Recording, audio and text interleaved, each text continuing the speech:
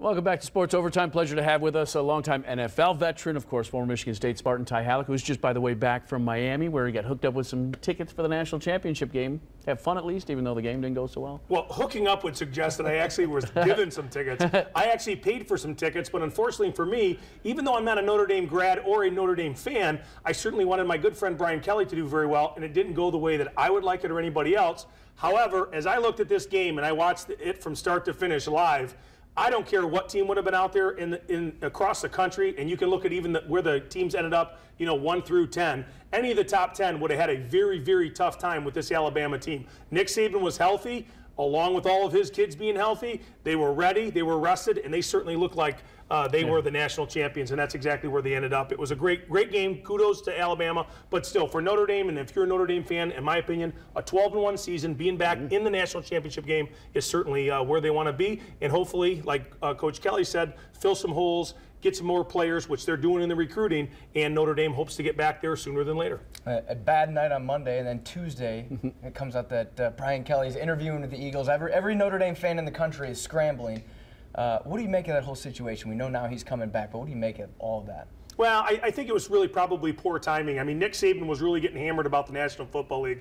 I don't think Brian Kelly really necessarily thought himself in that same light, but as all these jobs opened up, his name started to get circulated. I think there was some familiarity with the Philadelphia people through some different friendships and relationships that are there. And I think out of courtesy, he probably sat down with Lurie and his group to at least explore and talk about the National Football League, all the while knowing that his real strength is in college football, and Notre Dame is the dream job he's always wanted to be. I don't think in any way, shape, or form he did this other than hopefully getting what he wanted, which is probably a little bit more a term, and raises for his staff. I think he's committed to Notre Dame. I know he's committed to Notre Dame, and his recruits will show that. And I think moving forward, you'll see a continued passion and hard work to try to get themselves back and actually win a national championship, not just get to the game. And there are some reports that he will indeed be getting a new deal, so it works out well. He's not going to the NFL. We are down to the Final Four in the NFL. The game today, the Seahawks been that surprise team all year long. Almost pull off what would have been the biggest fourth quarter playoff comeback ever. Your thoughts on the Atlanta Falcons finally getting a playoff win for the first time in, 8 years? Well, I certainly think for Matt Ryan and this Atlanta team and Coach Smith, it is a big monkey off their back. I mean, let's face it, but how apropos is it that Tony Gonzalez in this time of his career makes one of the biggest catches he'll ever make, and Matt Ryan makes one of the best throws?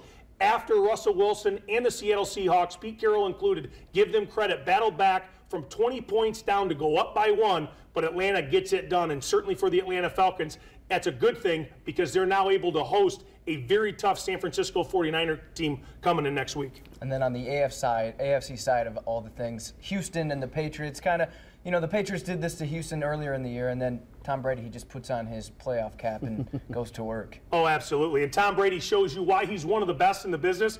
He looks as good as he's ever looked, in my opinion. They ran the hurry up at times to get these guys offbeat, got a couple of scores. They certainly got flat a little bit late, but he came back.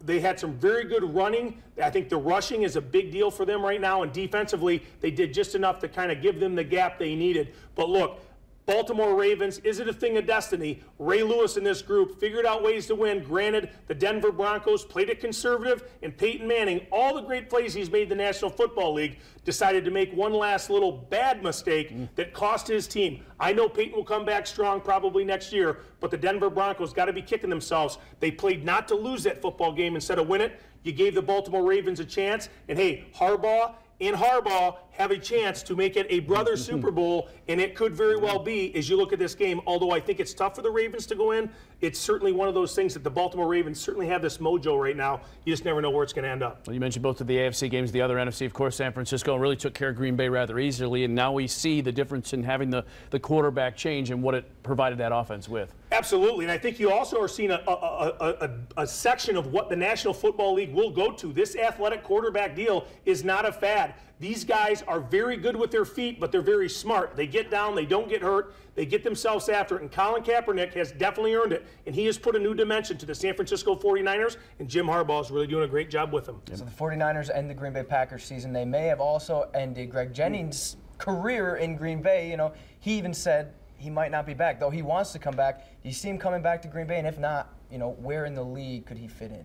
Well, I think it'll be hard for him not to come back to Green Bay, and the reason why, I think the market's going to call. I mean, he is a very good receiver. I think there's a lot of teams that can look at him. Certainly we as Lions fans are going to love to see somebody like him as a free agent. I don't know if we can afford him. It would be great to have him opposite Calvin Johnson, but Greg Jennings, with all the young receivers they have and the people they have in place, it's hard for me to believe that their cap is going to allow them to keep a Greg Jennings, whereas the rest of the National Football League is definitely going to take a shot at him. Yeah, ours probably won't allow him to be in, but that would be a great place for him to be, wouldn't you? Play opposite Calvin Johnson, you get that one-on-one all the time. Well, it's never too late to start wishing for Christmas. That's right. Start early. Thanks, Ty. I appreciate it. You got it.